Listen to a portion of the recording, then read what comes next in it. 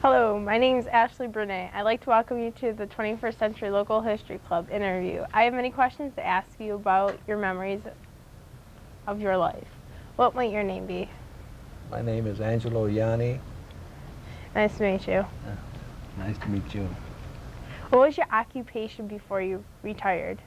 Before I retired, I worked for Sylvania, and I was a TV troubleshooter. As the sets were built, we repaired them, and they went on to the next step. And if we worked in final, then they would be shipped out. And I was an assistant foreman for about 7, 8 years. What was Sylvania? What did they do there? They made television sets. They started out with black and white, and then we progressed to color as time went on. What did you do for the assistant foreman? As the assistant foreman, I had a crew of men and women, and they did various jobs. Sometimes they would get sets from the warehouse and open up the boxes and then either rework a stereo or TV set or whatever, and then repack it, check it out and repack it.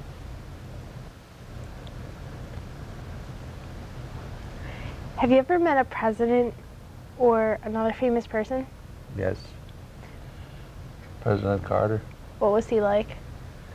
He was he was one of the nicest guys that you probably would ever want to know, and he's a very sensitive fella.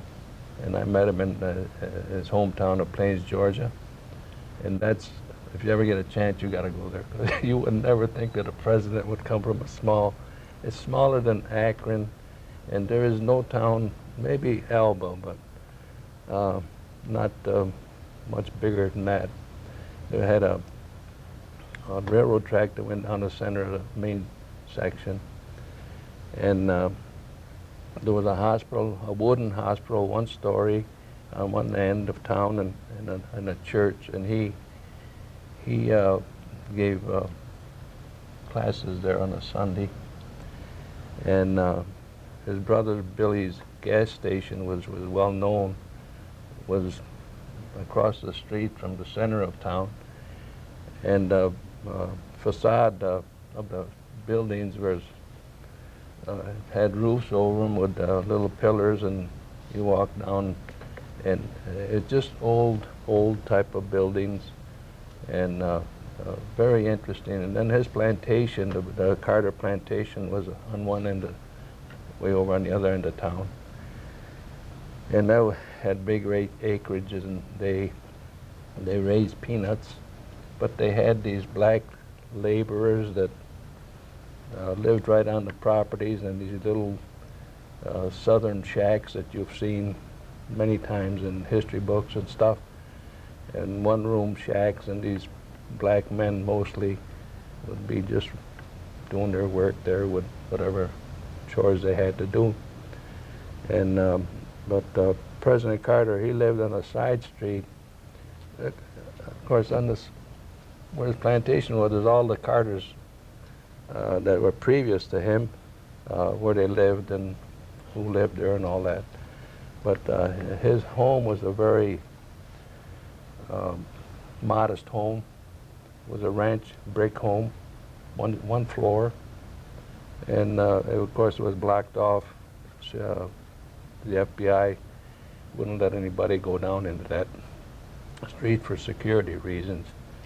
But the day I met him, he was, we had been there before, my wife and I, because she was working at Warner Robins Air Base, because she worked for Sierra Research, and she had to do something with the flights of the Air Force when they fly in formation. She was a technical writer for that, and they were doing some rework down in Warner Robins, where I was stationed years before, which is very interesting, but it's another story. And where was I? Oh, and Mr.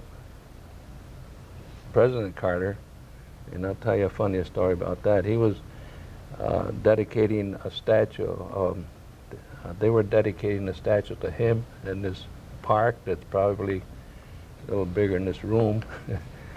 And when we went to the information desk, because we were taking another fella there to see the town, the lady said, if you hurry, President Carter is giving the speech accepting his dedication to his, whatever they're giving him, a statue or plaque, whatever. And so we rushed over there, and sure enough, there he was. And you could tell the FBI guys, their necks are stretched out and looking around, you know. So when he got done, I moseyed up to him, and I says, Jimmy, and he turned around, and he says, could I take a picture with you? And he says, sure. So I put my arm around him, or shook hands rather, and my wife took a picture, which I've got, if you want to see it. Would you show it to us? Sure. And so, but to this day, I'm so sorry that I called him Mr. Jimmy, you know, just like I knew him for all my life.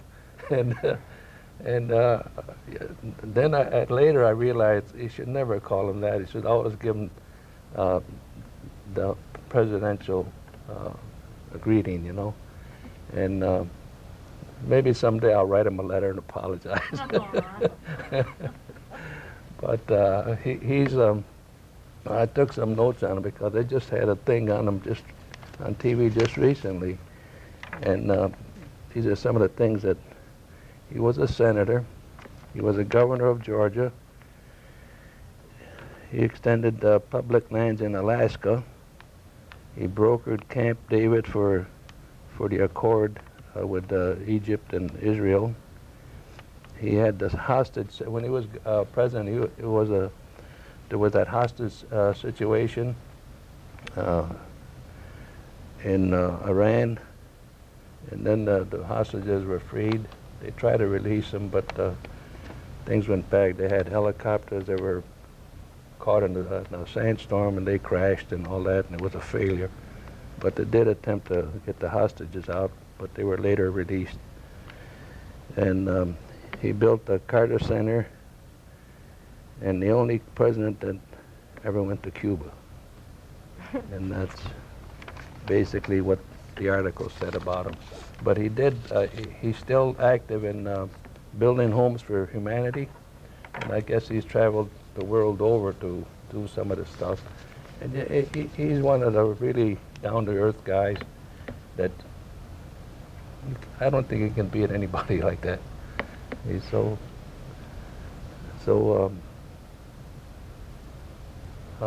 people-oriented, I guess you would call it. Okay. You lived through World War II, right? You served in it. I think so. Okay. What was it like? What was it like? Where do you want me to start? Well, I'll tell you. I was in the first 18-year-old draft. We were going to graduate in June, and we didn't know if we would make it or not. By the way, did you want to see that card? Oh, yeah, sure. Before then we'll get on the other one.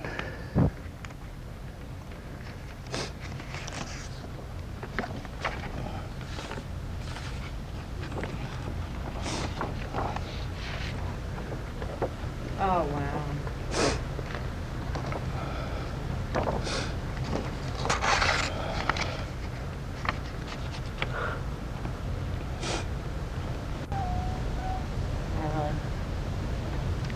You were in World War II.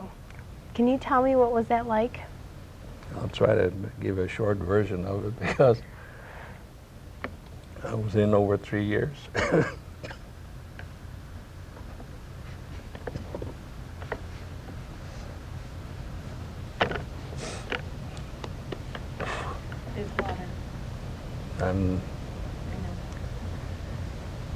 I'll try to get through this. I was in the first 18-year-old draft, and we were supposed to graduate in June, and and we didn't know if we were going to graduate or not.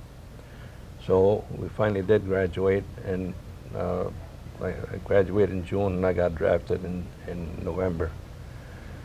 And I took my basic in Atlantic City, and then we got shipped to California by rail, and took us a whole week. By the time we got there, we went through the Muffet Tunnel. I don't know if you know what that is. It's a 6-mile tunnel through the Rockies. And with the steam engines that we had and the coal burners, before we went through, we were told to close our windows. Well, the guy that I happened to be next to, he was sleeping, and the window was open a little bit. So by the time we got through there, we were black. We were black as coal.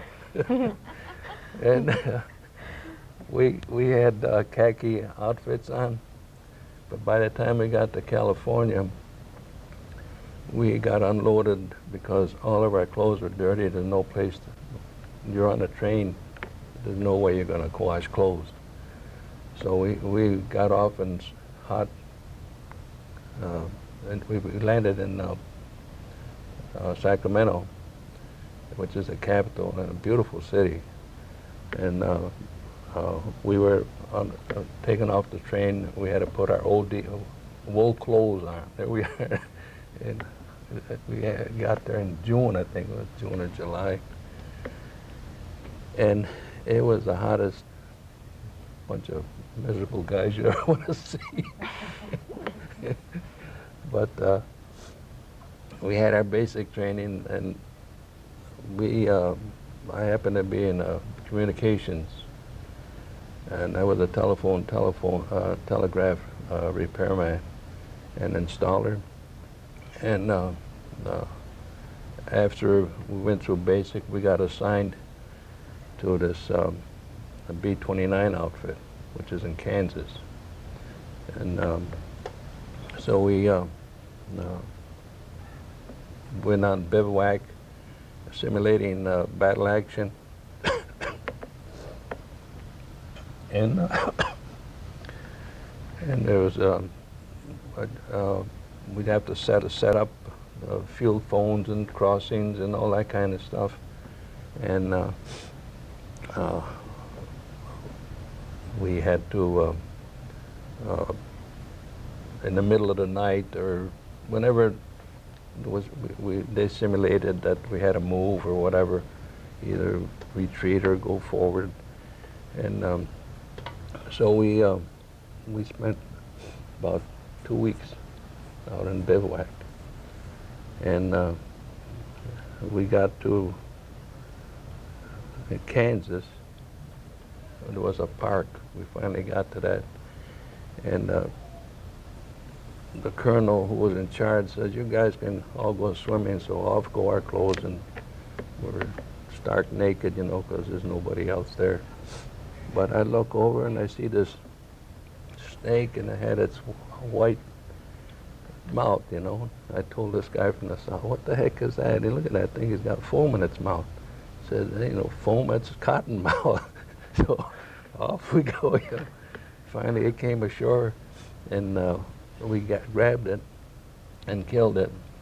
And then the medical doctor, who was a captain, he showed us the fangs and how they're curved. So once they bite you, they hang on, you know. There's no way you're going to slip out of them. And then he pressed the sac, then the venom came out. And so that was an experience. And but anyway, finally we started to go overseas. We went to Seattle, and that's a rainy, drizzly place.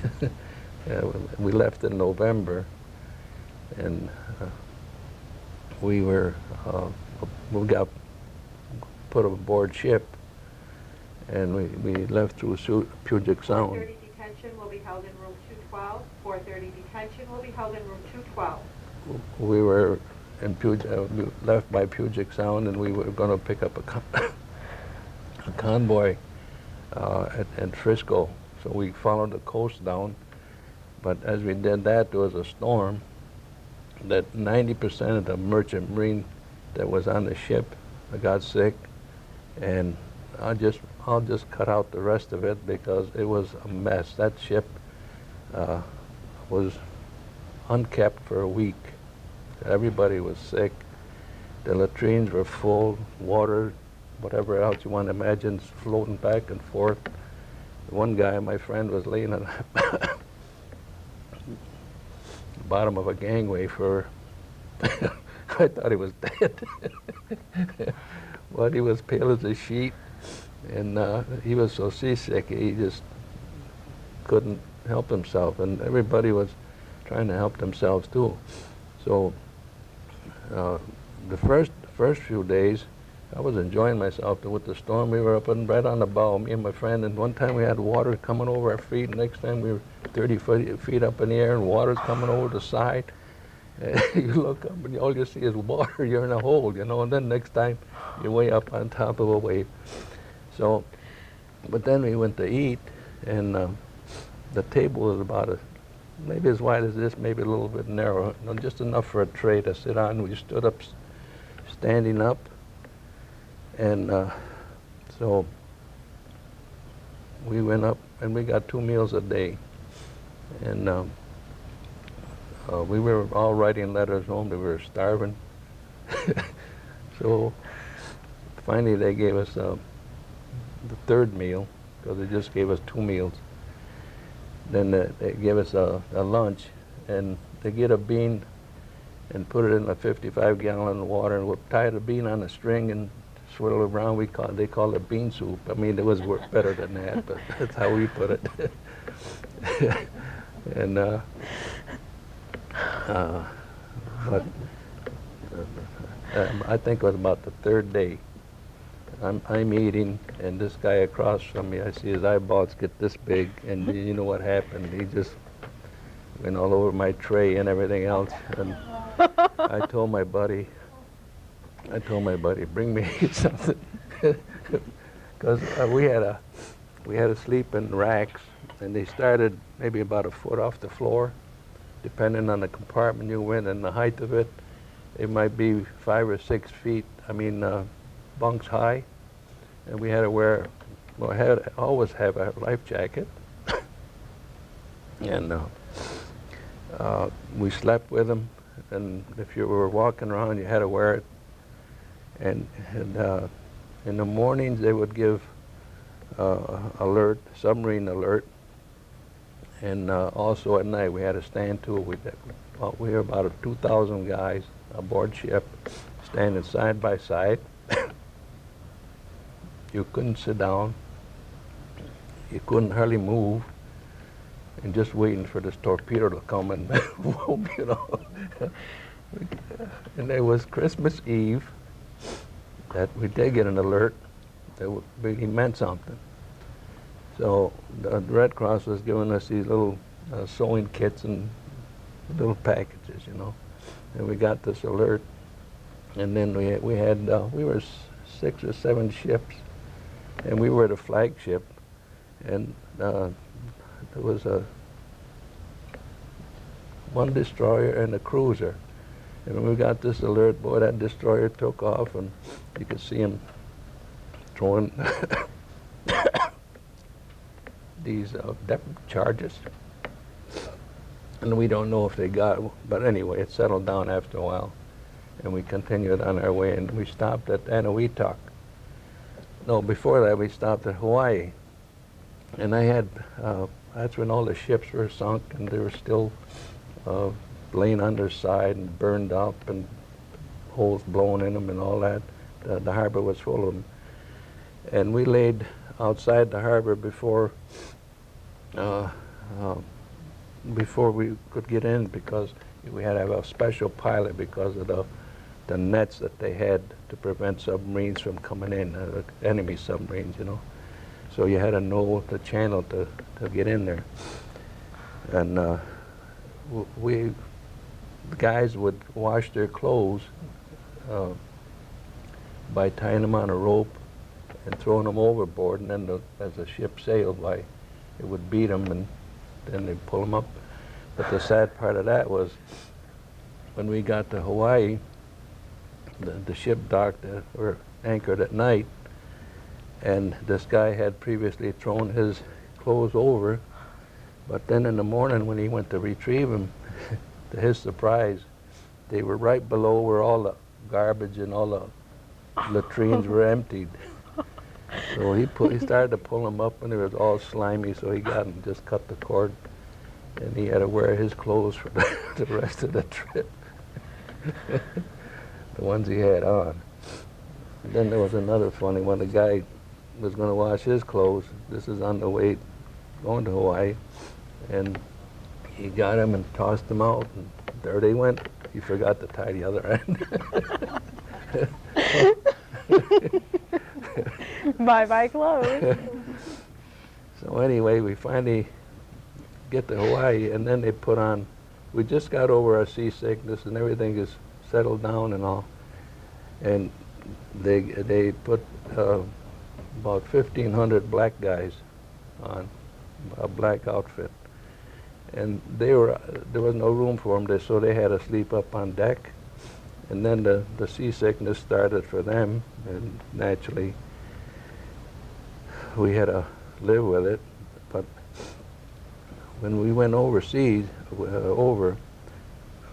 as we continued on, we got up near Anahuac. I don't know if you ever heard that island, but it was shaped a little bit like a banana, and it's about the size of it. And all you could see is chopped off palm trees. It wasn't a tree standing. And the reason we stopped there was that the Japs had blown our water supply, so that they didn't want to dump another 4,000 guys on there with no water. So we anchored there for about 3-4 days, and they sent a party ashore to restock some supplies. So the guys that were lucky enough to go, they went to the commissary, and they got candy bars and stuff that they could buy extra. So then when they came aboard, they were selling candies for $1 a piece, and they probably paid a quarter. So, yeah, and you know, we were really hungry. We'd pay anything for them. And finally, the captain of the ship got word, and he says, anybody that sells them candy bars for anything more than they paid for them, I'm going to court-martial. First, he says, you guys beat them up and then bring them to me. So anyway, that cut that out pretty quick.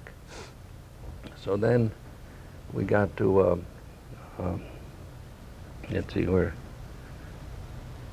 no, we left Anahuac, and we got over into Tinian. And the funny part of that was we had to get off, like you see in the movies, climbing the nets with a full field pack. And you don't practice for that, you know. So they says, because there was, the harbor was there, but there was no place, no dock for the ship to pull up. And we had to get into these landing barges. And one time they'd be up, you know, the wave would be, you think you had your foot in them, if you let go, they would drop down another 10, 15 feet. And some guys did let go, and they'd fall in. And then we were told, when you go down, put your feet on the horizontal ropes and your hands on the vertical, which makes sense, right? But some guys didn't hear right. They put their hand on the horizontal, and then other guys from up top are stepping on their hands, and it was a circus. So we finally get ashore, and we went way over. Now Tinian, if you're interested, I got information on that, is 11 miles long, 4 miles wide at the widest point. It's built like an amoeba. It's narrow, wide, and I had a weapons carrier that had 75 miles because I was after we went on this bivouac, I was chosen to be the chief warrior chief, and I was supposed to be a tech sergeant. That's 5 stripes, and my partner supposed to be a sergeant. Well, as it turned out, neither one of us got what we got. I got to be a corporal, and he got, well, I'll tell you the story later. but he was a PFC once he got overseas with good conduct.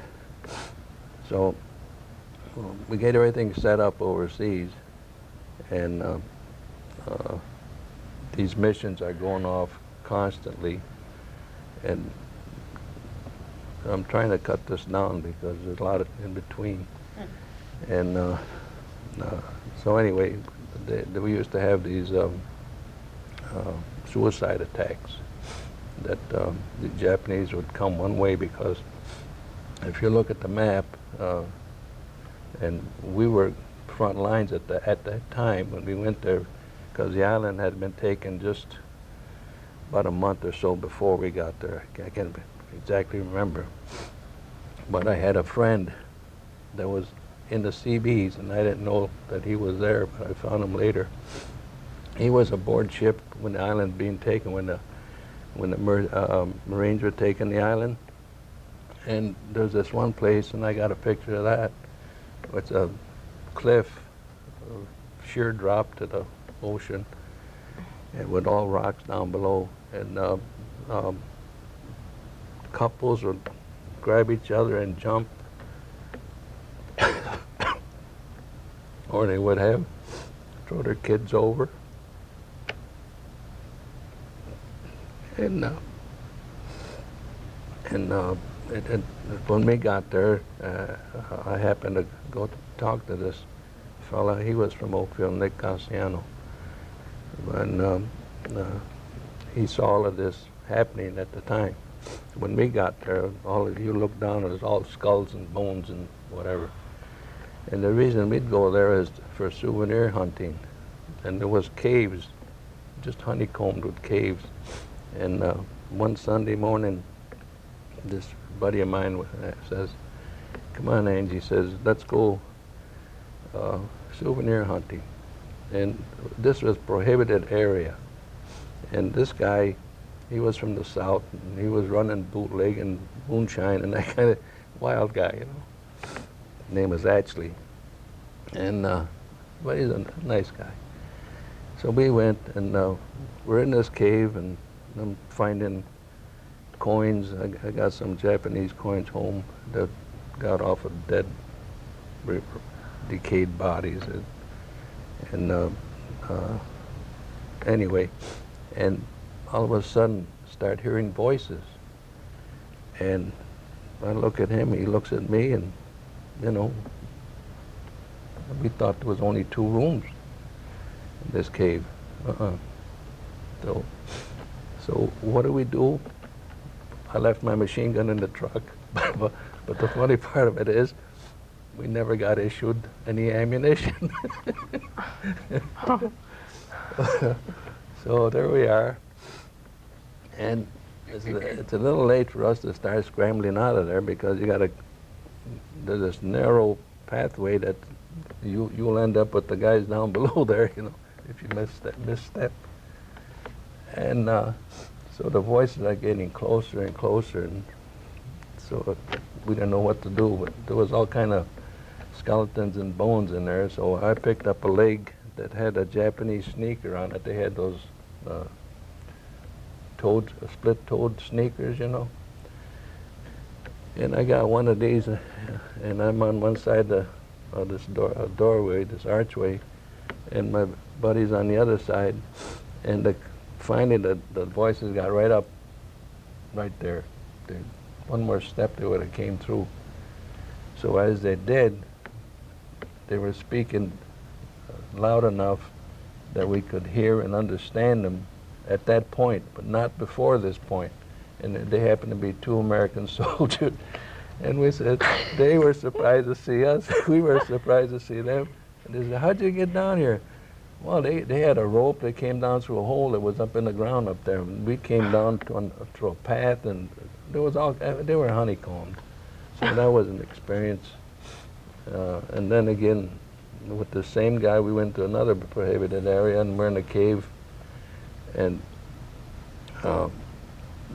there's a jungle road, and just wide enough for a weapons carrier, and we parked going downhill. Because if it was the other way, I don't know what would have happened. But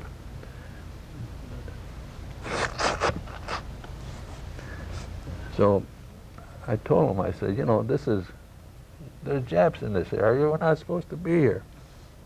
And he said, well, I know, the guy told me there's a cave up here. He said, we get some good souvenirs.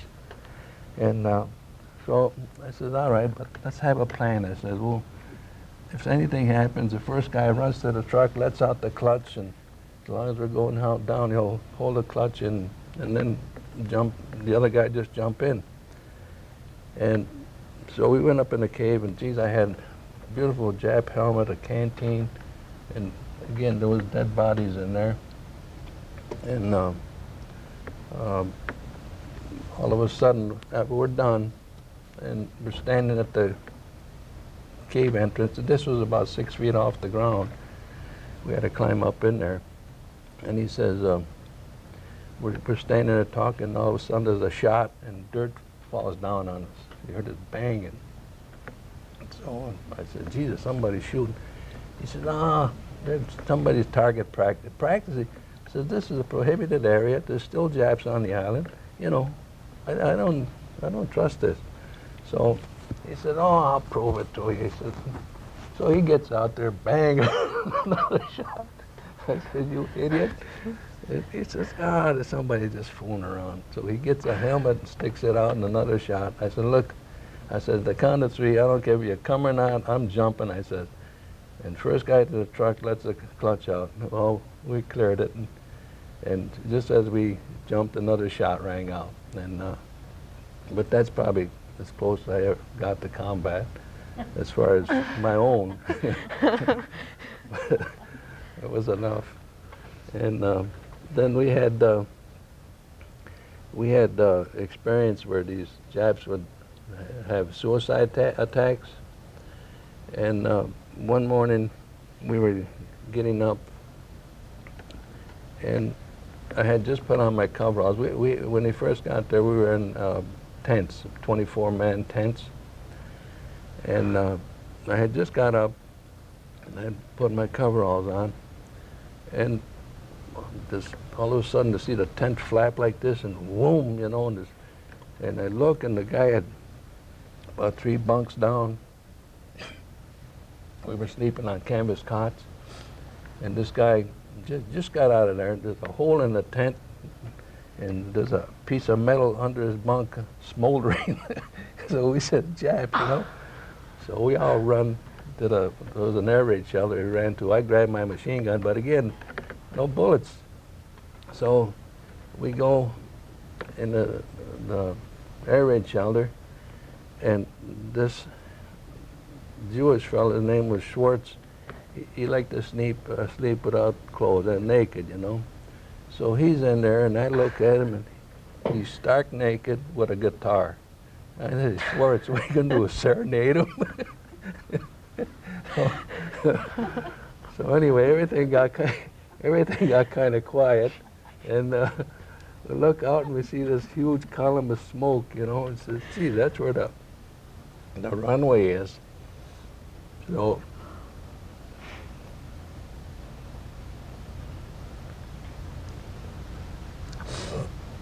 So we went over there, and what had happened is the Seabees had been building this runway with coral. They just got all this equipment going, and they put a huge pile. They just pushed a huge pile of the excess at the end of the runway, and at that time they were mining Tokyo Bay with mines, and what happened was a plane couldn't make it, and he crashed into there. But there was 11 guys. Biggest part of the plane was the motors. The guys were strewn all over the place. Hunks. Anyway, what else? So it came to the point where later on we got this a Jap attack was going to become. It was the Emperor's birthday, so they expected some big stuff to come, and we had this outfit with the switchboard in it. We had half buried in the ground, and it was an indoor unit. It was for the Navy. And here we were using it outside with dampness and stuff.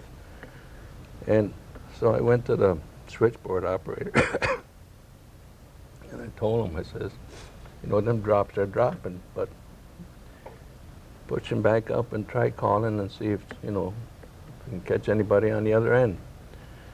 So in the middle of the night, the sergeant comes to me. He says, hey, get your partner, he says, and go on. We got a line that's not responding. So I got up and I was going to get my partner, who was a 38-year-old guy. And, you know, I'm 19 years old. And I says, he can let him sleep, you know. So I got my machine gun. But this 38-year-old guy, the first night we were there, we got an air raid, and we had to relieve ourselves. So he asked me if I'd go with him, and I said, sure. So we went to the sugar cane, and while we were relieving ourselves, on Saipan, which is a channel about 3 miles away on the other side, Saipan, they bombed something over there, and it got to be daylight, you know, you could see. And so we cut it short and we started running. Well, this 38-year-old guy, he passed me up like I was going backwards. But again, he was a, like I say, 38-year-old guy, married, and he's working and doing what I'm telling him, you know. So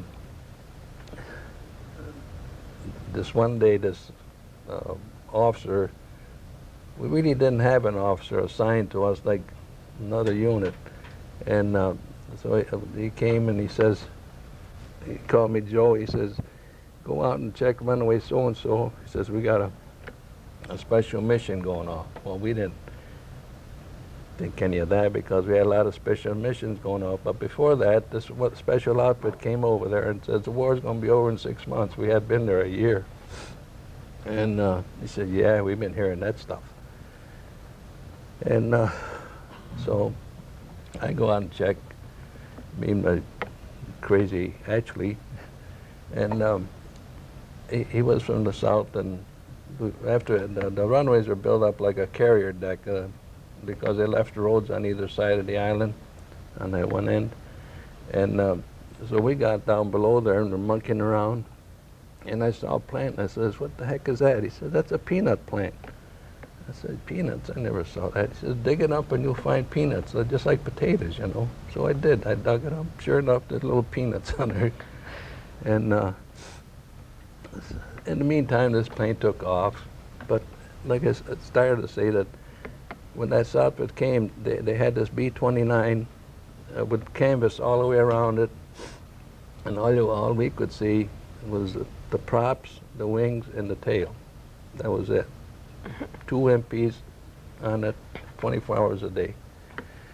So one day, and like I say, we worked on the tarmac every day practically, and I saw this huge ball on this 2.5-ton truck, which is a good-sized truck, and there was 2 MPs, one in the front of it and one on the back.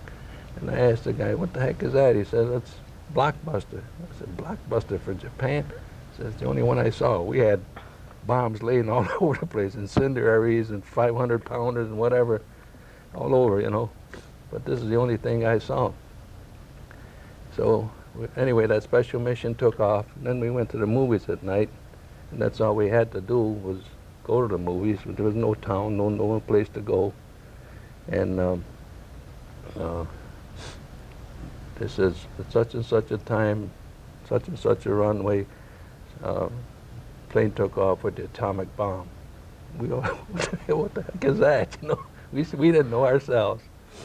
And so the next night we go to the movie, and then they show us the actual bomb run when the plane after the plane dropped the bomb, and we saw the devastation, and we said, man, keep dropping them, because before they were building the Quonset hut, 5 acres in on this huge area, You know what Quonset huts are, those metal half-round buildings?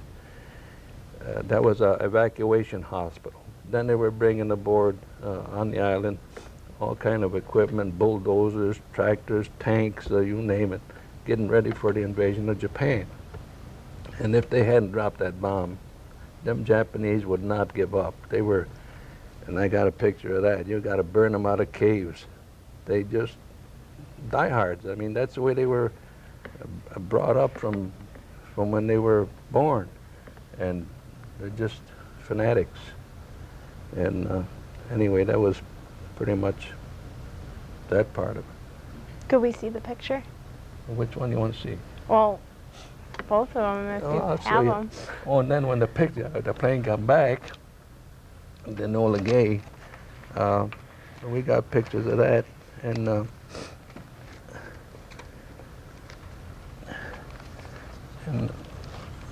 my partner, or my friend and I got in it, and we took pictures of it. I mean, where did I get it?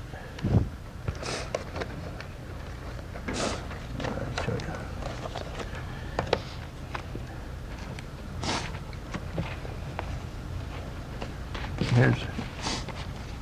Here's pictures of the whole island.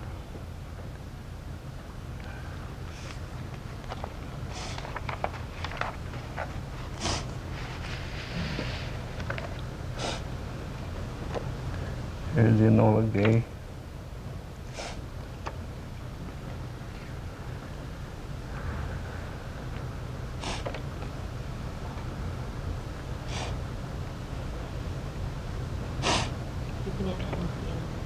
What was the Enola Gay? That was the plane that dropped the first atomic bomb. Oh. And the second one, too.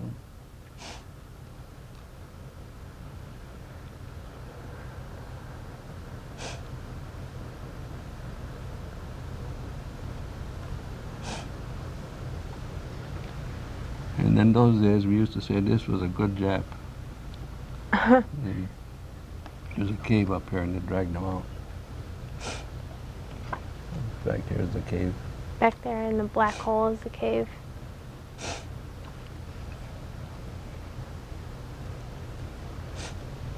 Right? Yeah. That's the cave that he came out of. This is the cave.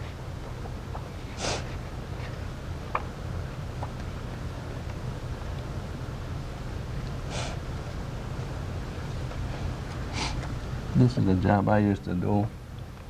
And I got to tell you about being a lineman. When I was in high school, I used to work in a canning factory in a warehouse. And so when I went, and I ran this line, it's a water canal that from the boiler room where the cannery cooked their vegetables. I would run this through and cool the cans off before they got to the warehouse. And these are some of the planes.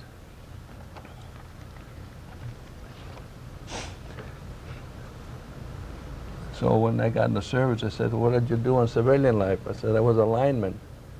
So when I went to California, all these guys are either wire chiefs or cable splicers or they're associated with telephone, and here I am, not familiar with any of that, but I did do good in my test, so that's why I got there. Learned how to climb poles.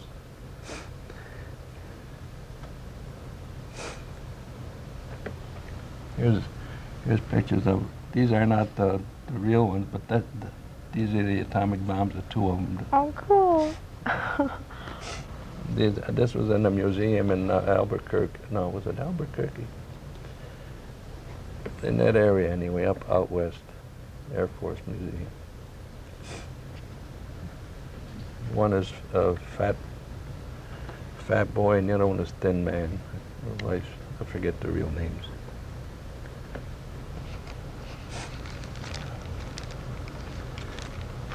I forgot to give you this. These are Carter. Postcard.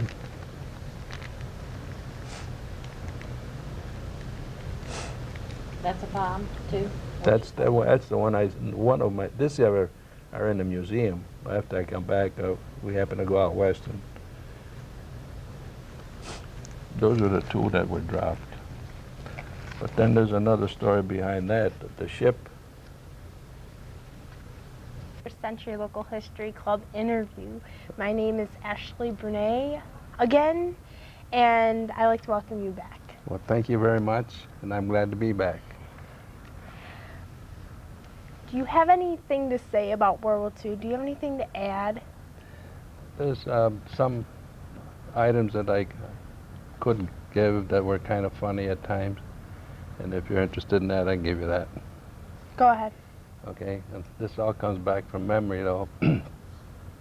When we first got drafted, went to Fort Niagara, and it was a cold November day, and of course we didn't know anything. We were a bunch of greenhorns, and there was a lot of anxiety, people that you never knew before, and we got our clothes issued, and they just throw what size you were, and they throw them at you, and hopefully they fit. And of course, the next day you put them on. Some were too big, some were too small, and but we survived that. And but at night, about 12 o'clock at night, they had given us some tests, and we were so groggy about that time, we hardly knew what they were giving us, you know. And so we they taught us on how to make a GI bed. You know, we have to put the corners underneath. They call them hospital corners. And you're supposed to drop or bounce a half $1 off of them after you're done. Well, they didn't bounce. but in the middle of the night, well, they assigned the fire watches. We had 2 stoves on each end of these barracks, and they had soft coal in those days. Well, they told the guy, you're start with the fire watch for 2 hours, and then you wake him up, and he wakes him up, and so on throughout the night. Well, some of these guys never attended a fire before, and they would be shaking the stove all night, and smoke would be coming out into the barracks. The wind would blow the doors open on either end. Guys were crying. It was a nightmare. If you got any sleep, you were lucky. About 5 o'clock in the morning, this CQ, who was in charge of quarters, came to the guy that was sleeping above me. We slept in double bunks. And he said, he woke him up, and he says, hey, he said, you're on kitchen police. And I said, geez, how did this guy get in the police? We just got in, you know. And they already chose him for police. Sorry to say, I found out what kitchen police was, and I was on it many, many times. So we went to eat that morning, and here this guy is that I happen to know, and he was on his hands and knees with a bucket, scrubbing the floor in the kitchen. And I said, what'd you do? He says, nothing. He said, so I found out what kitchen, we called it KP after that. And like I say, I got it many times, and wish I never had it, but even after I got to be a corporal, they still assigned it kitchen police. So anyway, that was part of it. But then there was a couple incidents which I feel were very unfair to me, and because my name was Angelo, and you can pick that out as being an Italian name, I think it was discrimination within the ranks and the officers that provided it, and I'll tell you a couple, 2 or 3 instances. And one was, I had the Friday before inspection, we were in the barracks with the sergeant, and we were just shooting the bull, shining our shoes, pressing our pants, getting everything ready, you know. Next morning you shave and you spick and span for the inspection. And I was so sure I'd get in a pass that I went to the orderly room, got my pass, put it in my blouse pocket, buttoned my brass button, and then I'm standing in an inspection when it was called. The only thing is, it rained that night, and then there was this, he was a cook, his name was Rainwater, he was an Indian guy, but he had snuck in the camp because it had rained that night, and he had ODs on, which was old wools, and they were naturally baggy because they were wet and dirty. And so this officer, who was a lieutenant, he was inspecting. He bypasses this rainwater, comes to me, stands there, looks me up and down, stands there for a good couple minutes, and everybody's wondering, you can almost hear it. What the heck's going on? And because normally they just look at you up and down and away they go. And he started to walk away, then he came back, he broke through the ranks, which is against the rules, goes behind me, comes back through, stands in front of me again and tells the sergeant, "Gig that man." A gig means you're restricted to camp. You can't go to town on a pass. So after the inspection, I went in and I told him, "Sir," I said, "You mind telling me why I got gigged?" He says, "You didn't polish your button." He points at the button that I had a fingerprint on. And I told myself, if I ever see that guy aboard ship, I'm going to throw him overboard. And I did see him going over, and he was up on the officer's deck. I happened to look up, and I saw him, and he pulled away from hanging over the officer's deck up there, because he knew what I was thinking. And because I thought that was very low. But then there was one even worse. I had an inspection, and this was a captain. This happened in Georgia. And I got a haircut on Friday night, standing inspection. The captain says, "Gig that man." So when I got done, I go in, I says, "Why'd I get gigged?" He says, "You don't have a haircut." I said, "I got a haircut last night. Take it to the barber and right on base and show you." He said, "No, I'm telling you, you don't have a haircut. You're walking with a full field pack in front of the orderly room for 12 hours. So you do what you're told, Wow. Then the third one, which was even worse than that, we're overseas. We went on bivouac, and we were being observed, and we were simulating battle action, breaking down, moving forward, or whatever. And they saw that I took control, because this other fella, he was 36 years old at that time, I guess, and a married man. And he was a cable splicer. He didn't, even though he went to lineman school, he didn't learn too much. So they saw that I had taken over and was doing a good job. So when I got back to camp, the lieutenant called me in. He says, "We're going to send you home for furlough," because I hadn't had any in 14 months. And he says, "And I got you in for private first class, and then when you come get that, then I'm going to put you in for corporal and move you. You're going to be the chief lineman." He says, you'll get your tech stripes, which is 5 stripes. Well, I got to be a corporal, and we went overseas. So I sat up over there, telephone, telegraph, whatever, and we were there about a year. Where was that? On Tinian. Where is that? Well, if you got a globe, I'll show you. Oh, I don't have a globe in this room. I'm sorry. But it's in the Pacific, beyond what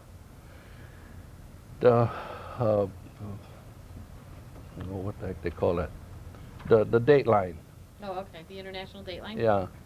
And it's, let me see if I can give you some reference. It's near Guam, and east of the Philippines. Okay, It's east of the Philippines. Yeah, and that's, and we were advanced line at that time. Okay. And it was near Iwo Jima, if you know where that is. So after I had this all set up and had been there a year, and we weren't really assigned an officer. We had officers that would tell us what to do, but never our own. So one day I got a call to go to the supply tent. And I go to the supply tent, and here's this officer. He was a first lieutenant. I said, never saw him in my life before. He never gave us any orders directly. And he says, I'm going to make Ron Sossin the chief lineman. I almost got floored. I says, why? He says, well, he's an older man. He's a married man. You're a young guy. You're single. I says, can I talk man to man instead of a corporal to an officer? He says, sure. Boy, then I laid into him. I said, well, by your reasoning, you're not supposed to have that bar on your shoulder, because there's older guys that, you know, I'm using his own reasoning. He said, well, I earned this. I said, well, what do you think I did? He said, well, that's the way it's going to be. Well, that's the way it was. How old were you? I was about 19 then. Oh, wow. 20, and he was, like I say, he was my helper, and he was supposed to be a corporal, and I was supposed to be the tech sergeant, but we never got our stripes. And How long were you over there? overseas, I was a year and a half. I was over 3 years in the service, and then before we left home, this warrant officer he treated us very good.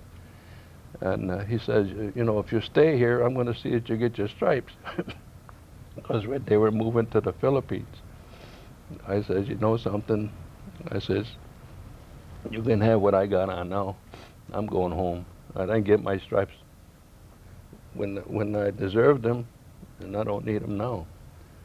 And he had me in for a sergeant, but it was a May I little, have your attention, please? little Will the late. next team please report to Mr. Malley's room 480. And then there's a couple funny ones that I can tell you. One is going over the International Dateline. There's a ceremony that seamen have, or anybody that goes over the dateline. They have the ceremony, and what they did is they got a bunch of officers and they stripped them down to their shorts, and they had them in the hole. And yeah, we laughed too. Because the deck was full of soldiers. They were hanging all over the place trying to get a vision of what was going on. And they had this table set up with a guy dressed like Davy Jones and his court. He had two guys that would summons these officers out of the hole. And then they had other merchant marine. The minute they stepped out, they would hit them with a fire hose, knock them down, and roll them all around. Naturally, that was great for us guys. Us non-commissioned officers. Anyway, that was a big thing. But then when they presented themselves in front of Davy Jones, he accused them of trying to get, I forget which way it went, if we gained a day or lost a day. But they were accused of trying to get younger by crossing the dayline. And if they were hairy, they greased them up with real axle grease and on their hair. And then one guy would be behind them. He'd pull their shorts out and drop an egg in there and tell them to sit down. And it was crazy. Well, so you did have your fun times. Yeah.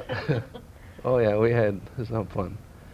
And basically that was about it. But I thought that discrimination part was, at the time, the blacks had their own units, and the whites were separated from them. But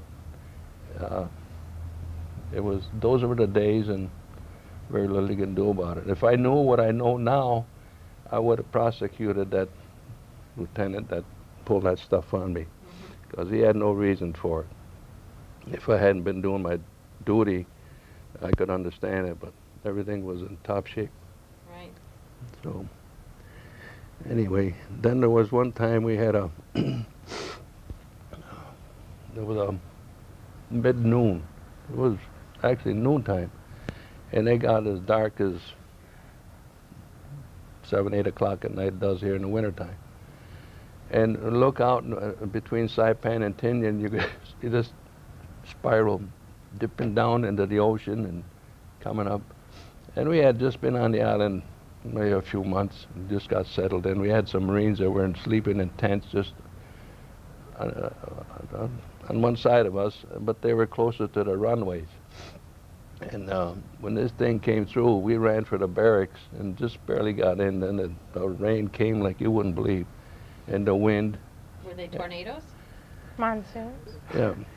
Well, it was dipping in the ocean, you know, the water spouts, and then when they came on land, they just tore. These poor Marines were all they were left was the floorboard. Everything was gone. They flipped planes over and tore some buildings apart. So it was pretty disastrous. And then we'd watch planes take off on the missions. And one night we had 4 planes burning up. We had 4 runways, and the one plane had crashed on each end of the runway, and these guys had to go on a mission. And then when they come back, you wouldn't believe a plane will fly, even with one engine. There were 4 engine planes, B-29s, and you could see right through them, and holes this big, cables hanging out. Part of the tail shot off, or the wing. Wow.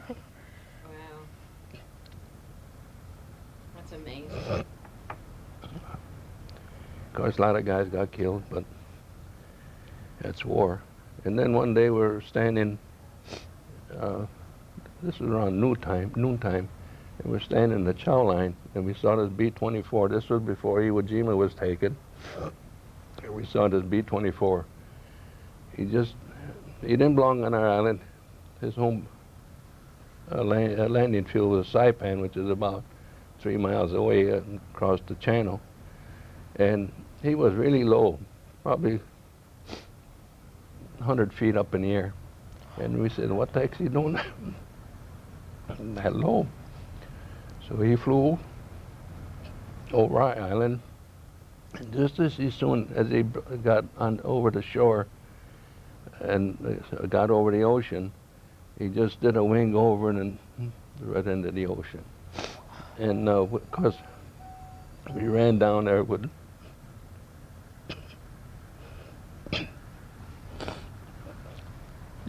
all kind of stuff, but there was a B-17 found him, and he dropped the life raft, but when we got down there, all we saw was bubbles, not even the plane. And then we found out what happened. They had been bombing Iwo Jima,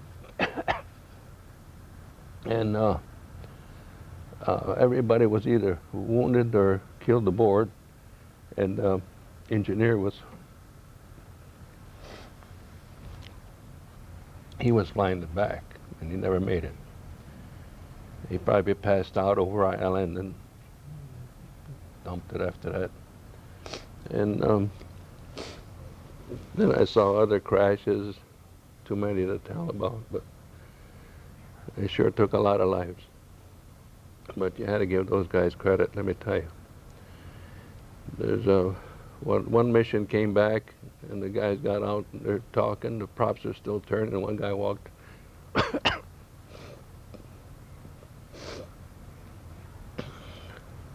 walked right into the props, chopped them up.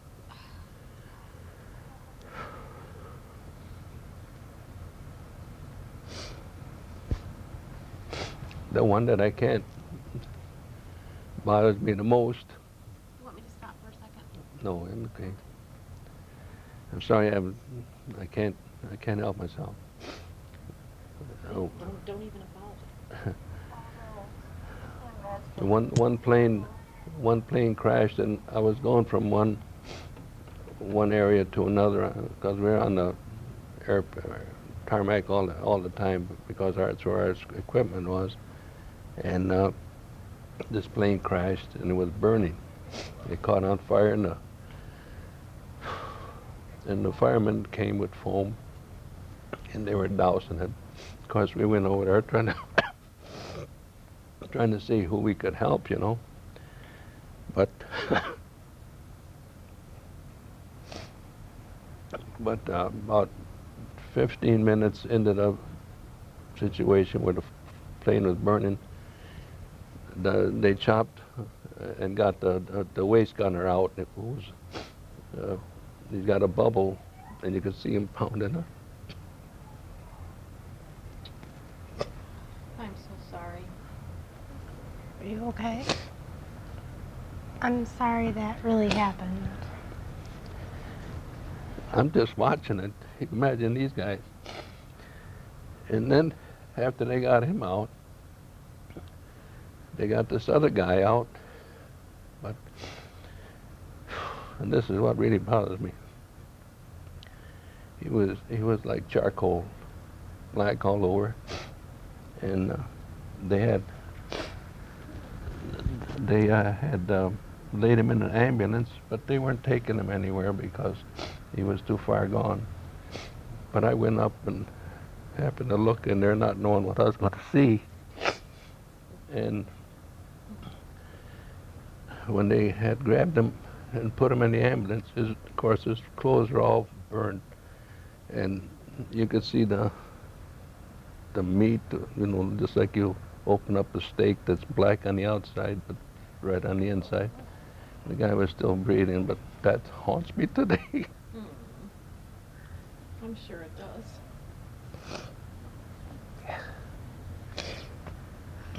But there was, like I say, there was good times too. We didn't know. Well, our mission flew one of the longest missions. It was 21 and a half hours, and they got refueled. They got refueled in the air, and but that's why they were taking Iwo Jima, because we were losing planes coming back, not so much from enemy fire, but running out of gas. And one day we were laying this line, and we looked up, the mission was coming back.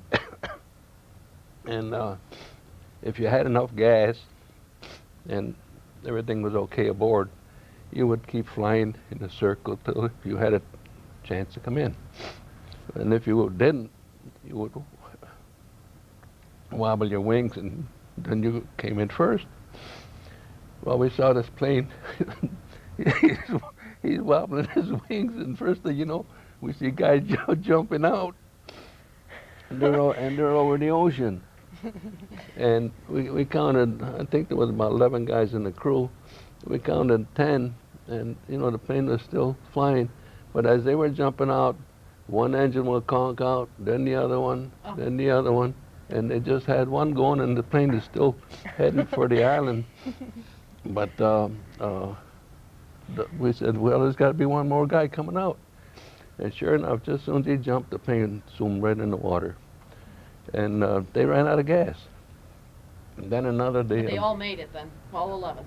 Yeah, because there was planes in the air that dropped rafts. They knew that they were short. But there was another one I was going to tell you.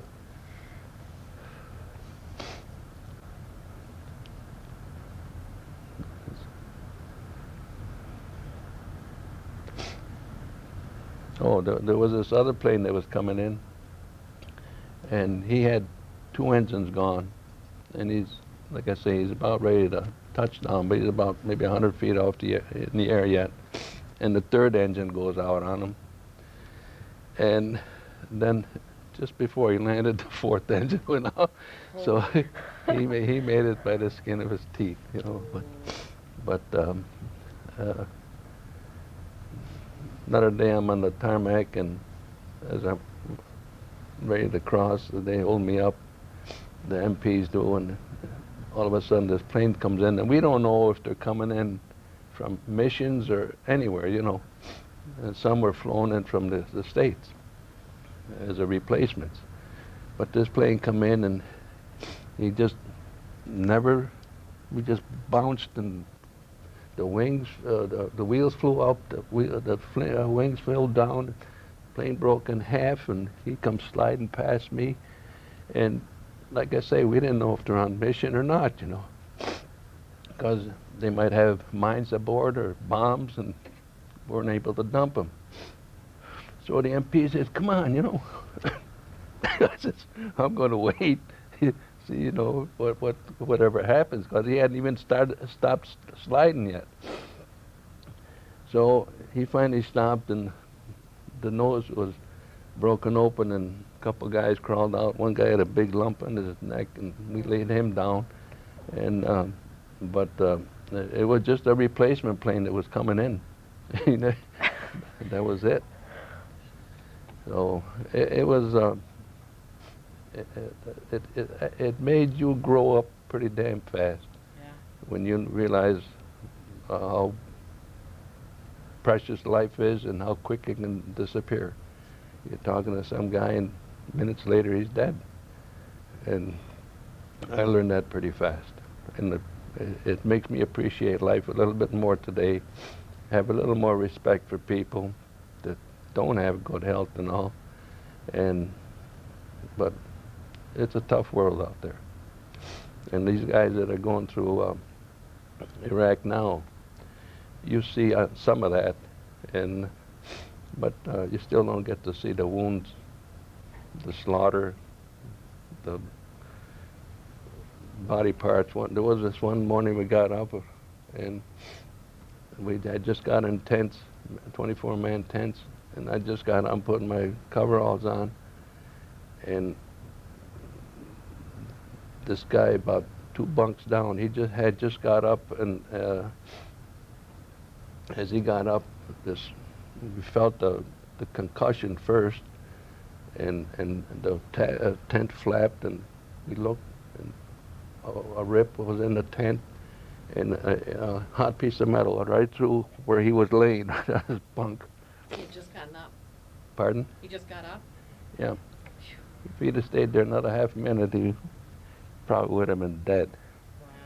Wow. And anyway, what had happened was a mission was going off, and the runways weren't quite completed. They were coral, and the CBs had stacked a pile of dirt up on one end, and they ran into that. Of course, after we went over and looked, and all you saw was just pieces. The biggest thing was engines, 4 engines, and the tail. That was it. But then there was a funny one too, that this plane crashed, and it blew the tail gunner right out the back end. He survived it. They had to chase him with a GPS running down the runway. And that was really a funny one. I hope he lived. But I think he was ready to run across the ocean. But and like I say, those are some funny stories and some sad ones, sure. But war is hell. So basically, that's about it. I know that was very difficult for you to share. You think about it often, but it doesn't affect you until you try telling it to somebody else. And now it's been over, 50 some odd years, and still. That's just how devastating it is. Yeah. Oh no, there's a funny one too that I got to tell you. The first night overseas, we had MPs that were supposed to be guards while we slept, and they told them, you know, now everybody's new, they're anxious, they don't know what's going to happen. So they told these MPs, you know, if you hear something, you challenge. If you don't hear an answer, you shoot. You shoot. So we're sleeping in the middle of the night, and all of a sudden we hear this shooting, and naturally woke up the whole camp. Everybody's all alert, and the corporal, the guard, goes over and finds out what's going on. He says, well, I heard something over there, and he says, I challenged and nobody answered. I shot, he said. He laid down a broad, what he did. Anyway, next morning they go out looking at the dead cow. You know what we had for supper, don't you? Nice thick steaks. Oh. Then one night we had suicide attacks from Japan. That it was the emperor's birthday, and like I say, I was in charge, and we had buried a boiler in the ground, and half of it was sticking up, you know, like a Quonset hut, and we had a switchboard in there.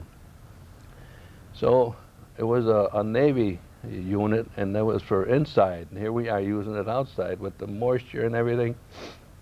The drops started dropping on the switchboard, and the operator got all excited, and he called the sergeant. The sergeant called me, and I says, you know, just ring back and see if you can get the guards out there or whoever you're trying to contact, and let it go.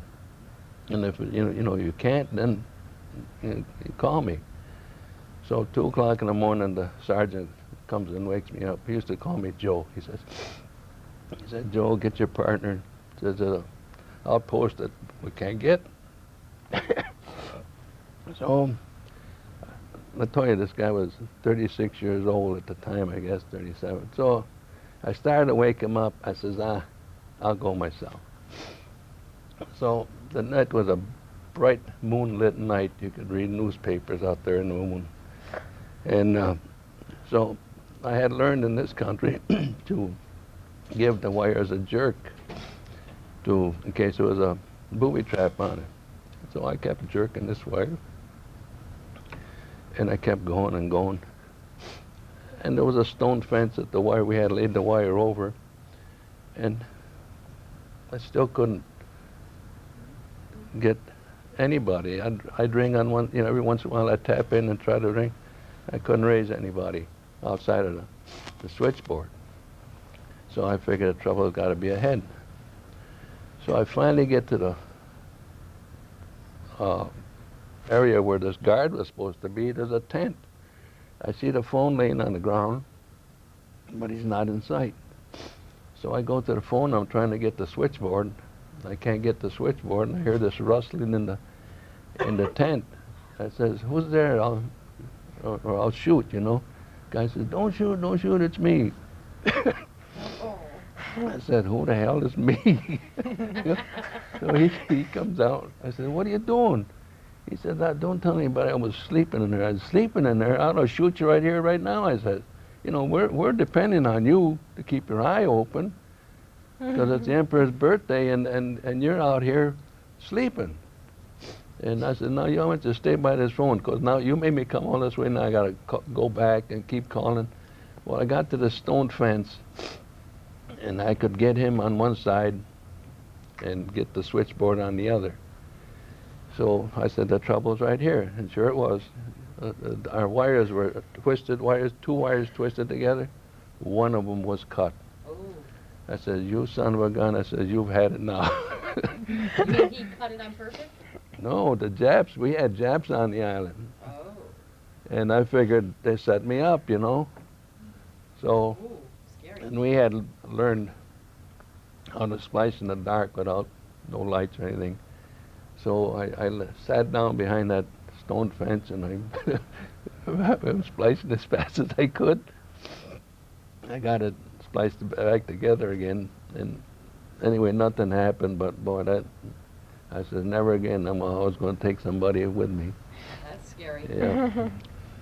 Then one night we heard a dogfight with airplanes. How to hear them droning, and this one was over the channel between Tinian and Saipan, and all of a sudden you could see this fire and the drone of an airplane, until he hit the water. And we don't know if he parachuted or not. But the day I left, I was there a year and a half. 12 Japs gave up, well armed, well clothed, well fed. And but the I think I saw one of those guys. We were going to the other end of the island with the truck with the weapons carrier, and we got a flat tire, and so it was just beyond the camp. We call them gooks, and they were the only civilians, but they had put them in a camp. There was no town in that island at all, and so I asked this buddy of mine, I said, you want to go back to camp and get the tire, so send the tire out? Because what they did was they stripped all our vehicles of the spare tire and sent it to people that needed it, like Marines or infantry or whoever on other areas. So he said, well, I'll go. So he hitchbiked back, which was about 12 miles back, and so I stayed in the truck. I look in my mirror and I can't believe my eyes. There's this guy walking on the street. I said, that don't look right to me. And what used to happen, we had heard that from this camp, they would load up, we'll say maybe 25 guys to go out and do some work under supervision. And maybe 26 would come back, or 27, or be short two. they all look alike pretty much, and it's hard for them to determine who was who, you know. So I said, you know, no, they're not supposed to be running around. And he was walking on my side of the street, and then he went across the way, and that made me even more suspicious, and he's still going away from camp, you know.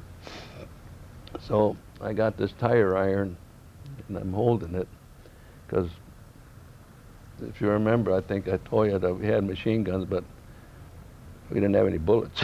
Yeah. So I got the tire iron, and the closer he got, he knew I was watching him, and we're looking at each other. I said, you leave me alone, I'll leave you alone, you know. So he kept walking and disappeared, and but if he'd have made a move, I'd have to hit him with a tire iron. But and I bet he was a Jap, because the day I gave up, there was 12 of them gave up, well armed, well clothed, and well fed. The day I came home, that is. And I had What year did you come home? I was in 1945, After the war ended. and we came home on points. They had a point system, depending on how many years, battle stars. And there was one more thing in there. I forget what it was, but we got presidential citations and different ribbons, battle stars. For Battle stars or battle scars? stars. And what does a battle star mean? If you're in a battle theater and you're serving that, you get a ribbon with a little star on it. Wow. And Do you still have some of those? yeah, I still got my uniform. Do you I can't fit it. Well, when I went overseas, I weighed 180 pounds. I came back weighing 145. Wow. We had temperatures of 100, 125 on the tarmac. And one time we were parading for, I don't know if it was Arnold, General Arnold, or whoever it was. Could have been MacArthur, but I'm not sure. Anyway, he says, we're going to separate the men from the boys, you know. That was his motto. So he was right up front. And before the parade started, we used to parade, you know, for these people that used to come. And like I say, it was either General Arnold or MacArthur, and I can't remember which. So he gets a boom, boom, boom, boom. We start marching, and just step right over him. We keep going. We separated the men from the boys, okay. He fell over? He fainted, yeah, from the heat. But he was a good guy, really. We called him the Toad. He was a major. And when we were going overseas, our cooks were cooking, doing the cooking, and he says, well, the cooks told us, he says, don't eat the meat today. And we says, why? Got maggots in it, he said. So when the ship got overseas, he turned the ship